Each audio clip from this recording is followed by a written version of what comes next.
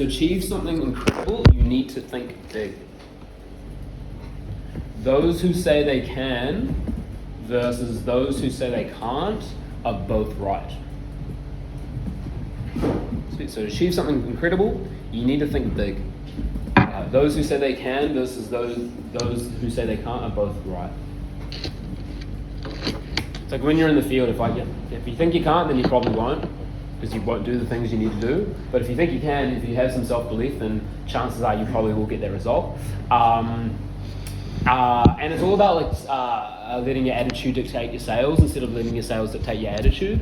You have to act confident to become confident instead of feeling confident and being confident, if that makes sense. So think it first. If you don't think big, you will not achieve big. And I think sometimes we get a bit scared of thinking and talking a big game, especially in New Zealand, just because we're scared of what if we don't hit it, then we might look like an idiot. It's kind of more idiotic to actually not talk big in the first place, because then you won't actually get anywhere, right? So that's number one. Number two, believe in your ability. Believe the effort you're putting in will pay off. Believe the effort you're putting in will pay off. You cannot go anywhere if you don't remind yourself of the things you have done and what you're really good at. It's like comparing the gain versus the gap, if anyone's heard of that. Yeah? When you compare, if you're always comparing where you are to where you want to be, then it doesn't really instill you with a lot of confidence. Whereas if you can if you need to remind yourself of how far you've come, how much better you are at sales, or how much better you are at leading a team and such. Hey bro, take a seat. It's because to be good at what we do, it's building confidence over competence. Yeah. To succeed in sales and succeed in running a team and running a business, you need to have a lot of confidence, right? And I think confidence comes from past experiences, evidence, because that creates that self-belief, right? So believing in your ability that you can do it. Cool. The third one, think about it twice. Once in your head and once in reality.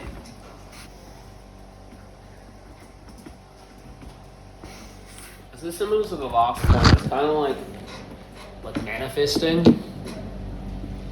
I don't know. Manifesting, I think, has a bit of a bad rap because of The Secret, that book. They're manifest. Think about $100 coming in your post box and it'll come. It's kind of bullshit, but manifesting in the sense that it's visualizing your goals. Creating, again, it comes down to creating that self-belief, believing it before it can actually become a reality. If you believe you can ring the bell today, again, you're just increasing your chances. So just being really good at envisioning your goal. I'm pretty sure, I'm not really someone that watches sports, but I'm pretty sure sports people will visualize themselves converting a try or scoring a goal. It's the same. You need to visualize yourself succeeding. Cool? Alrighty, this is a bit different. This next one. So number 4, it's having the mentality of each and every customer. You need to believe that each and every customer wants to talk to you, that they're gonna like you, and that they will buy from you. The reason why is you don't gain anything by believing that they won't. Sometimes we prejudge a bit too much, and yes, I don't know if you've ever been in a scenario where you decided not to stop someone because they didn't look right, and then your site partner stopped them and they turned into a sale. You're fucked, right? It's also the idea that having that self-confidence that sure, this might be a really hard customer or a really hard business or whatever it is, but believing that there's no reason, why wouldn't they hear from you? Why wouldn't they buy from you? I'm really good at what I do. Of course I do. Shane's really good at having that mentality, that kind of confidence. Some would call it cockiness, but it's real important. Just backing yourself. So to get people to want to talk to you, you need to believe that they want to talk to you. All right. If you don't come in with that confidence, then they won't want to talk to you. They won't have that confidence. So that's number 4. Number 5, never prejudge a customer, a territory, or a site. It's about breaking your limitations.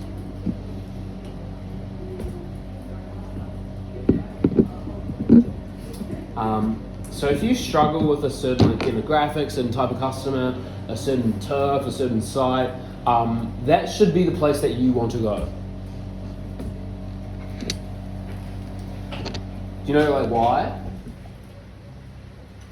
You don't want to be one-dimensional, right? I was teaching my new guys this yesterday, like, sure, everyone's got like their favorite place to go and favorite types of customers, but if like we don't have any like that spot, or we're not working in that side of the city that week, then you're fucked. Like, you can't sell, right? So it's all about like becoming multifaceted. So if there's a place that like you like aren't really good at, a certain site, then you should put your hand up to go there, because you need to like, conquer that site. The goal is to develop your skill set, and if you can sell to anyone, sell anywhere, then you pretty much become unstoppable, you know. And I think that's like what our top performers are really, really good at. Cool. So you want to make sure that you want to go to the hard side. You want to talk to that difficult customer. Cool. That's number 5. This is more of like a sales technique. So number 6, have genuine meaning behind the words you say. The less words you say, the more impact they'll have.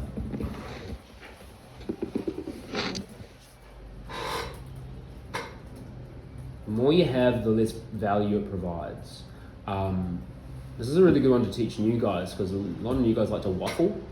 Yeah, and they like to fill their pitch with a bunch of like bullshit that is not relevant. Less is more. So the less you say, the more impact it will have, and making sure that the things you do say, like, they have genuine meaning. There's a reason for you saying those things. But don't fill up your pitch with words. That's how you get really, really good at influencing a customer. Cool.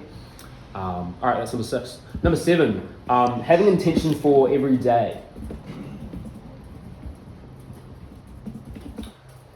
If you think about like your goal, like you're here, it's like a timeline, that you're here and the goal is for you, your goal is here, whatever goal it is, like personal or business. Every decision you make either like takes you towards that goal or takes you away from it. Alright? So essentially not having intention, coming in with intention every day, just coming in like going with emotion, not having like your training plan or like your sales goal. You're like, I hope I do too. That's going to take you away from your goal, because like the things that get in your way are going to push you backwards. So it's really important that like even on like a road trip, because we go on road trips just like smoke sales, but having an intention, like a personal development in the field, and it can be really, really small, and even if you've been doing this for a while, you can still have something, that's just going to make you that 1% better.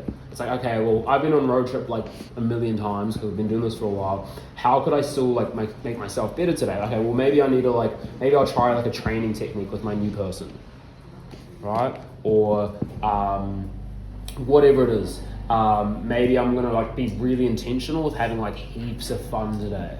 I'm gonna try like not check my phone all day. Like just like having a bit of intention behind, instead of just like, oh, I'm gonna do the same shit I do every single day. That's how you get 1% better. Cool. So it's just all about pushing the needle, whether it's going towards improving yourself and your goals or taking it away. All right, cool. Number 8, be the main character of your story and create a story worth telling. I think this is a really good one. We love stories. I'm always trying to like tell stories. Even like my morning meetings, my road trip calls, I'm always trying to tell a story, because a story tells you how, like, if someone goes and does like 10 sales in a day, that sounds cool, but like if you've never done 10 sales in a day before, you're like, well, fuck, I don't know if I could do that. But if you tell the story of how that person got there, then it just becomes a bit more relatable, and anyone can copy the behaviors of someone that went into 10 in a day. Make sense? So, creating a story worth telling. What story can you create that's worth telling, like your new person, or someone like your partner at home, or whatever it is, like your family and friends? What can you overcome and when that will be worth telling others. I was talking to the guys about this. Has anyone heard of the guy that broke the 4-minute mile? Essentially, like I think back in the 70s or 80s, scientists, research sports scientists or whoever they are, they deemed it impossible to run a 4-minute mile. Run a mile in 4 minutes. They're like, no, it's impossible. Like your body will break. Yeah. And then one guy did it, and they're like, holy fuck! And then as soon as he did it, all these other people started doing it because he created that story. He became that guy that broke the 1-minute mile. So again, it's all about like breaking limitations. Like I think if you're building a team and you've got someone like struggling or they haven't had the best start to the week, you're like, good man, like this is your chance to like create a story for yourself or create some evidence that you can bounce back or whatever it is, right? So it's all about like, it makes it everything win-win. Yeah, you can't lose if everything can turn into a story that you can tell yourself or someone else, right? So just get really good at that. All right, that's number 8. Number 9, having a one more mentality. Just one more.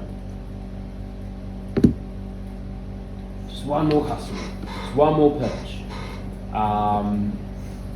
To be in the top 1%, you have to move in ways the other 99% won't. When others stop, you continue. Right? So just testing your limits. Just going for one more. It's pretty easy in the field, right? Come on, one more. This is me last night because Patrick's away this week, and I'm like, I have to do like calls myself. I was like calling till like 6:30 last night. I was like, fuck, just one more, come on. I just need to book one more person in. Come on, otherwise I've got nothing to do tomorrow. Like hustling. And I wasn't planning on going that long, but I was like, one more, just keep it going. Right? And yeah, I think if you can do just a bit more than the other person, then you're going to get what others won't get, right? So just that mentality. And it's just juicy, it's just motivating when you're working with your leader and the leader's like, come on, one more, like in the field. I think it's cool. All right, a couple more. 10, find out what the fuck you're made of. A bit aggressive. Yeah, I reckon no one in this room has like ever actually tested what they're truly like capable of, or like really pushing themselves to the limits. You know, like that Wim Hof guy that like jumps in like the Antarctic Sea and like he climbs Mount Everest in his boxer shorts. Like he's pushing himself to the limits, right? Yeah, we're pretty soft in comparison. So just don't be afraid to test your boundaries.